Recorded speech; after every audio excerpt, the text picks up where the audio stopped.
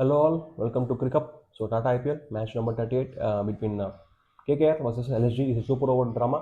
So ఈ ఐపీఎల్లో ఈ సీజన్లో ఫస్ట్ సూపర్ ఓవర్ మనం చూసాం అండ్ సూపర్ ఓవర్లో కేకేఆర్ వాళ్ళు చాలా సూపర్ విన్ గెలిచారు అండ్ ఎస్పెషల్లీ సూపర్ ఓవర్లో నరైన్ వేసిన సూపర్ బౌలింగ్ అసలు దాంట్లో ఏంటంటే వాళ్ళకి 2 పాయింట్స్ ఈజీగా వచ్చాయి లక్నో నుంచి. సో ముందుగా కేకేఆర్ వాళ్ళు ఫస్ట్ బ్యాటింగ్ చేశారు, 155 మాత్రమే పెట్టగలిగారు బోర్డులో. సో లక్నోలో మౌసిన్ ఖాన్ ఫెంటాస్టిక్ స్పెల్ వేసాడు, 5 వికెట్స్ తీశాడు అండ్ ఈ సీజన్లో ఫస్ట్ 5-4 ఈ ఐపీఎల్లో. సో బెస్ట్ బౌలింగ్ ఫిగర్స్ అతను వేశాడు.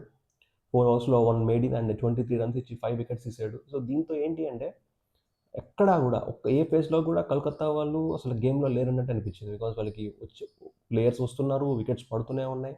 సో ఎవరు కూడా చెప్పుకోదగ్గ స్కోర్ లేదు.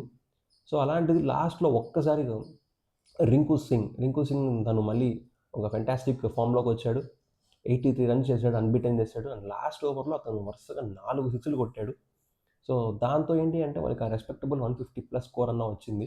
అతనికి తోడు కెమెరాన్ గ్రీన్ ఒక 30 చేశాడు. ఇక మిగిలిన రోమన్ పవల్ ఒక 1 రన్ చేశాడు, సైఫర్ డక్అవుట్ అయ్యాడు, రహానే 10 రన్స్ చేశాడు, రఘువంశీ 8 or 9 చేశాడు. సో ఎవరి దగ్గర నుంచి చెప్పుకోదగ్గ కాంట్రిబ్యూషన్స్ రాలేదు.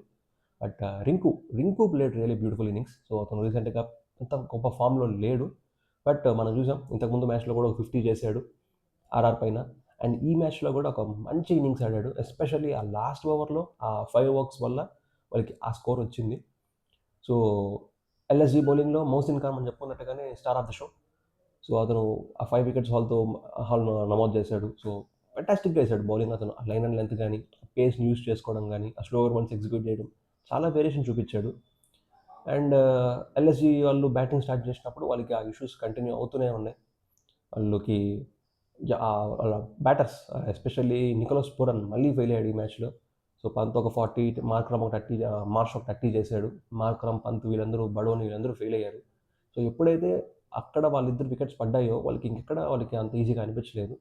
అండ్ ఒక స్టేజ్లో వీళ్ళు బాగానే ఉన్నారు. ఒక 2 వికెట్స్ ఎర్లీగా పడినప్పటికీ 8 ఓవర్స్కి 76 రన్స్ చేసి 2 వికెట్స్లో ఉన్నారు. సో ఇంకా 12 ఓవర్స్లో 8 వికెట్స్ హ్యాండ్లో ఉండి ఇంకొక 80 రన్స్ బీట్ చేయడం అనేది ఈజీ అనుకున్నాం. బట్ మ్యాచ్ సూపర్ ఓవర్కి వెళ్ళింది. లాస్ట్ 2 బాల్స్కి 7 రన్స్ కావాలి. ఫస్ట్ బాల్ డాట్ వచ్చింది అండ్ సెకండ్ బాల్కి కార్తిక్ త్యాగి బౌలింగ్లో షమి ఒక మంచి 6 కొట్టాడు. సో దాంతో ఏంటి అంటే మ్యాచ్ సూపర్ ఓవర్కి వెళ్ళింది. అండ్ సూపర్ ఓవర్లో అసలు ఎల్ఎస్జీ వాళ్ళ డెసిషన్ అసలు ఎవరు తీసుకున్నారో తెలియదు కానీ ఫామ్లో లేని పురాన్ని సూపర్ ఓవర్ ఆడడానికి పంపించారు, అది కూడా సునీల్ నారాయణకి. సో ఇదే పురాను సిపిఎల్ లీగ్లో సూపర్ ఓవర్ ఆడుతున్నాడు. అవతల టీంలో సునీల్ నారాయణ్ బౌలింగ్ చేశాడు అప్పుడు. అండ్ ఆ ఓవర్ మేడిన్ అయింది. సో అతనికి సునీల్ నారాయణ పైన అంత బ్యాడ్ రికార్డ్ ఉంది అండ్ అతని సీజన్లో అంత ఫామ్లో లేడు. అలాంటిది కేకేఆర్లో సునీల్ నారాయణ్ బౌలింగ్ చేస్తుంటే తన్ని పంపించారు. సో అతను వచ్చి రాగానే ఫస్ట్ బాల్ అవుట్ అయ్యాడు. సో సెకండ్ బాల్కి ఒక రన్ వచ్చింది అండ్ థర్డ్ బాల్కి మళ్ళీ వికెట్. అంతే, 3 బాల్లో మ్యాచ్ అయిపోయింది. జస్ట్ 1 రన్ వచ్చింది, 2 వికెట్స్ పడ్డాయి. అండ్ కేకేఆర్ వాళ్ళు దాన్ని వచ్చి రాగానే రింకు సింగ్ దిగాడు, ఫస్ట్ బాల్కి బౌండరీ కొట్టి మ్యాచ్ని గెలిపించేశాడు.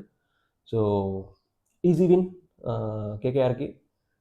అండ్ వాళ్ళ డెసిషన్ మేకింగ్ అసలు బాగాలేదు ఎల్ఎస్జీ వాళ్ళది, లైక్ సూపర్ ఓవర్ ఎవరితో ఆడించాలి అదనేది. అండ్ పురాన్ని వాళ్ళు ఎంతో హోప్స్ పెట్టుకొని అతను కంటిన్యూ చేస్తున్నారు. ఆ ప్రైస్ ట్యాగ్స్ అంత ప్రైస్ పెట్టి కూడా 14 crores ఏమో పెట్టి తీసుకున్నారు. బట్ అతని నుంచి ఒక్క మంచి పర్ఫార్మెన్స్ కూడా వాళ్ళకి ఈ సీజన్లో రాలేదు. అండ్ మ్యాచ్ కూడా త్వరగా అవుట్ అవడంతో వీళ్ళకి మ్యాచ్ చాలా కష్టంగా అయిపోయింది. బట్ కేకేఆర్కి మంచి విన్. ఒక్కసారిగా వాళ్ళు 10th ప్లేస్ నుంచి 8th ప్లేస్లోకి వెళ్ళారు 5 పాయింట్స్ తోటి.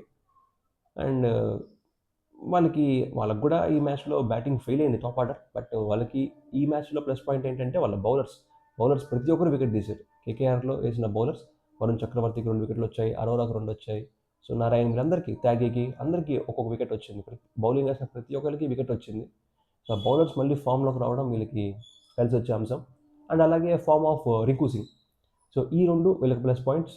ఇక ఎల్ఎస్జీ విషయానికి వస్తే మౌసిన్ ఖాన్ బౌలింగ్ పర్ఫార్మెన్స్ వాళ్ళకి కలిసి వచ్చే పాజిటివ్ థింగ్. ఇంకా వాళ్ళకి ఏమీ లేవు, అటు పంత్ బ్యాటింగ్ కానీ.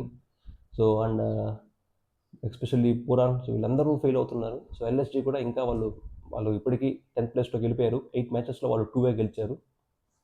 సో థియరాటికల్లీ వాళ్ళకి ఇంకా ఛాన్సెస్ ఉండొచ్చు.